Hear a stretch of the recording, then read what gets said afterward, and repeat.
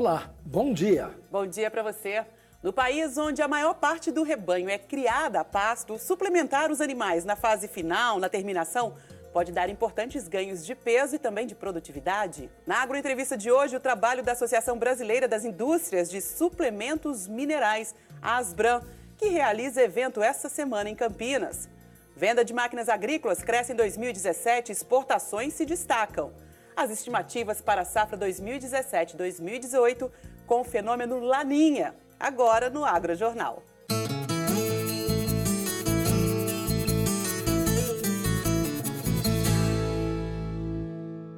A venda de máquinas agrícolas segue em alta em 2017. Entre janeiro e outubro desse ano, as vendas no mercado interno cresceram 4,4% na comparação com o mesmo período de 2016.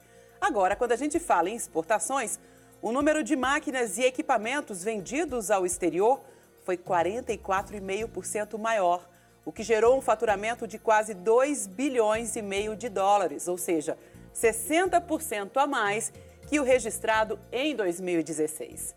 O Brasil, que exporta commodities, né, Dayer, também vende bem suas máquinas. Pois é, no caso específico de máquinas e equipamentos, nós temos que levar em consideração que a comparação com o ano de 2016 é meio injusta, porque 2016 foi muito mal. De certa forma, nós estamos vendo aqui, principalmente até outubro, a recuperação desse mercado. Não é um grande feito a ser comemorado, mas já é interessante, porque aumenta o emprego no setor e também gera divisas. Ora, o dólar a 3,2 vai continuar alimentando essa exportação.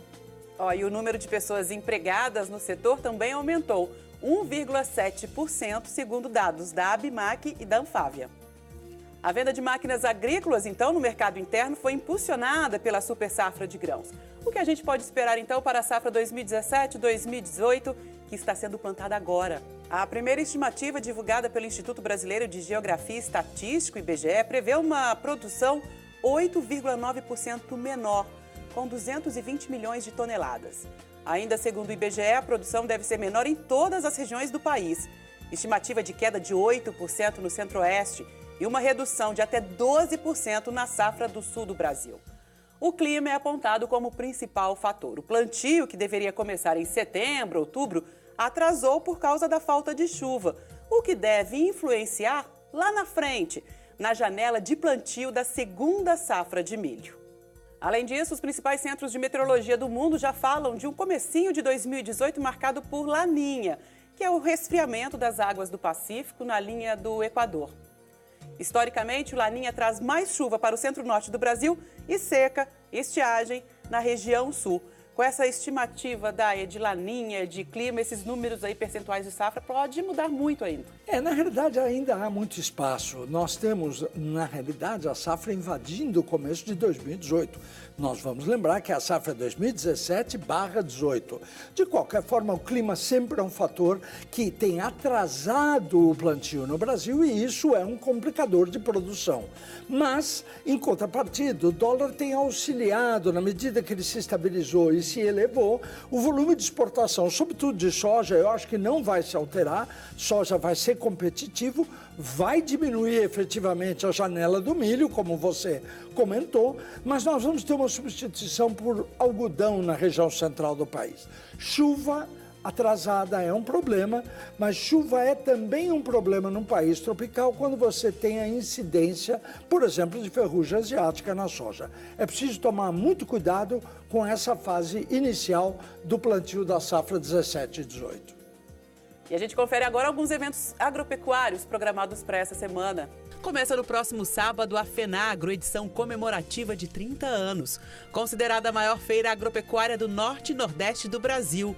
Até o dia 3 de dezembro, com muitas atrações em Salvador, Bahia. Seminário Nacional do Milho Safrinha, de 21 a 23 de novembro, em Cuiabá, Mato Grosso. 21ª Rodada Goiana de Tecnologia em Manejo de Suínos, dia 24 de novembro, no Parque Agropecuário de Goiânia, Goiás. E Pecuária do Futuro, onde estão as nossas oportunidades? É o tema do 10º Simpósio da Asbram, a Associação Brasileira das Indústrias de Suplementos Minerais. Quinta e sexta, dias 23 e 24, em Campinas, São Paulo. Um dos palestrantes convidados para esse evento da Asbram é o escritor norte-americano e professor da Universidade de Colômbia, John Wickert. Ele é considerado o mestre da sustentabilidade e autor de diversos livros que abordam esse tema na agricultura e também na pecuária. E nessa passagem por Campinas, John vai falar sobre as oportunidades e desafios para a produção de carne sustentável, mercados globais e também como o Brasil pode contribuir com a produção de proteína sem causar prejuízos ao planeta. Carne sustentável. A diretora da Asbram, Beth Chagas, trouxe mais detalhes quando ela esteve aqui conosco nessa entrevista, que é a agroentrevista dessa semana. Beth, obrigado por ter vindo. Obrigada a você. E aproveita para explicar ao nosso telespectador o que é a Asbram.